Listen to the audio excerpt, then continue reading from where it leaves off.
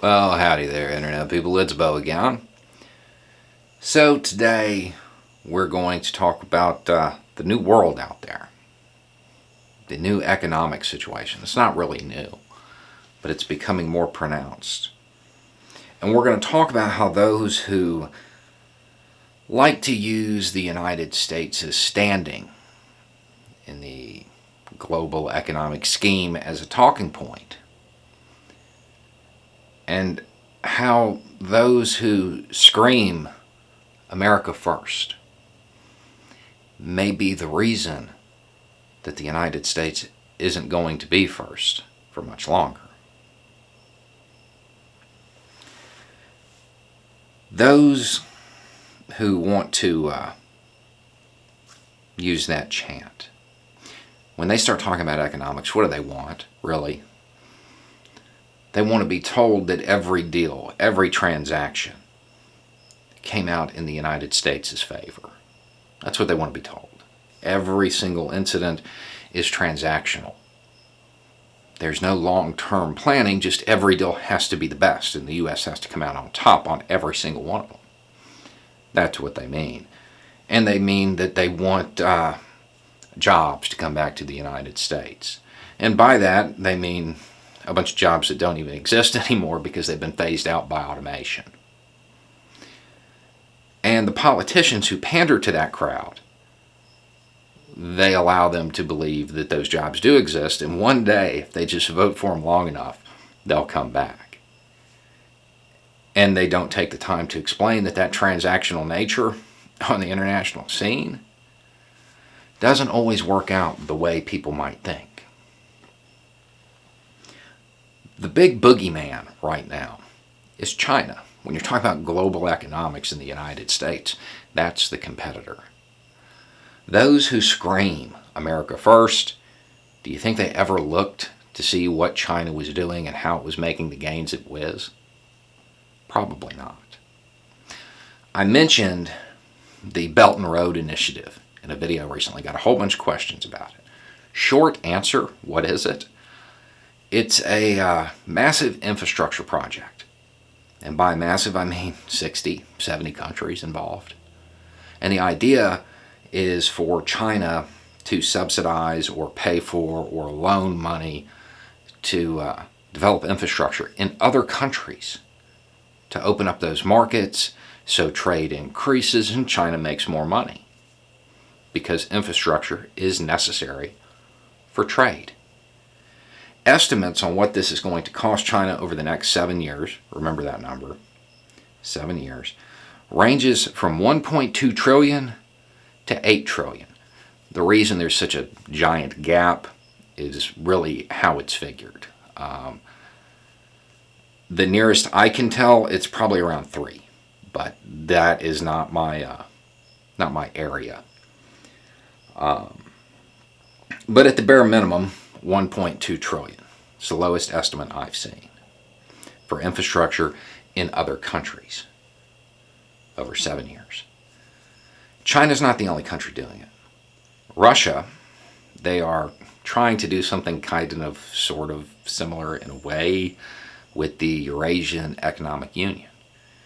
And there's been talk of tying these two things together. Infrastructure. Those who scream America first in the United States, the politicians that back that crowd and pander to that crowd, what do they want to spend on infrastructure in our own country?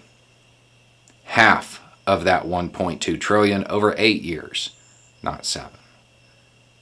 600 billion. Who do you think is going to come out ahead 7 years from now, 8 years from now? Based on those numbers, based on that investment. And that's in the United States. They want to do the bare minimum.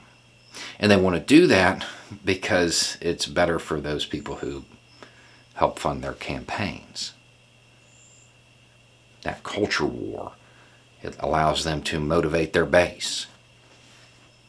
There's no reason to do it if you actually care about the health of the United States economically. infrastructure is a necessary thing. It facilitates trade. Trade is what generates economic activity. That's where the money comes from. But it's a whole lot easier just to shout America first. In addition to the money, China is exercising soft power. See, when they open up these markets, they gain influence in these countries because you don't want to become confrontational militarily with a trading partner. That interrupts business. And the wealthy class in every country, well, it's pretty much the same. They all have the ear of the politicians. Nobody wants to interrupt the flow of money. So they gain influence. The United States could do this. It could have a foreign policy based on trade and development and humanitarian efforts rather than military. And China's making a lot of errors in this. They're leaving openings for the U.S. all over the place. The Belt and Road Initiative, it has huge environmental issues, human rights issues, the debt that is required. Some of these countries, they're not really wanting to do it. But there's no real competitor.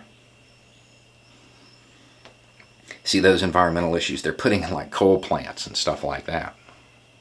The U.S. could step in and say, you know, we could do renewable. We could do green energy for you. Of course, it's hard to sell that when half the politicians in the United States are pretending it doesn't work to win some culture war and own the libs. Those who are shouting America first at the top of their lungs will be the reason that soon it will be China first. Because they're so busy shouting that the United States is the greatest country on the planet, they stopped paying attention to what was going on in the rest of the world. We're not competitive economically, and if our infrastructure falls behind, it will take a long time to get to that point, to get back to where we were. The $600 to $800 billion that the Republicans are throwing out for this infrastructure bill, yeah, sure. I mean, that's needed. That's a good thing. But you need to compare that with what other countries are willing to spend for infrastructure in separate nations, just to open up markets. The U.S. economy is slow in part because we don't have the infrastructure to speed it up. Anyway, it's just a thought. Y'all have a good day.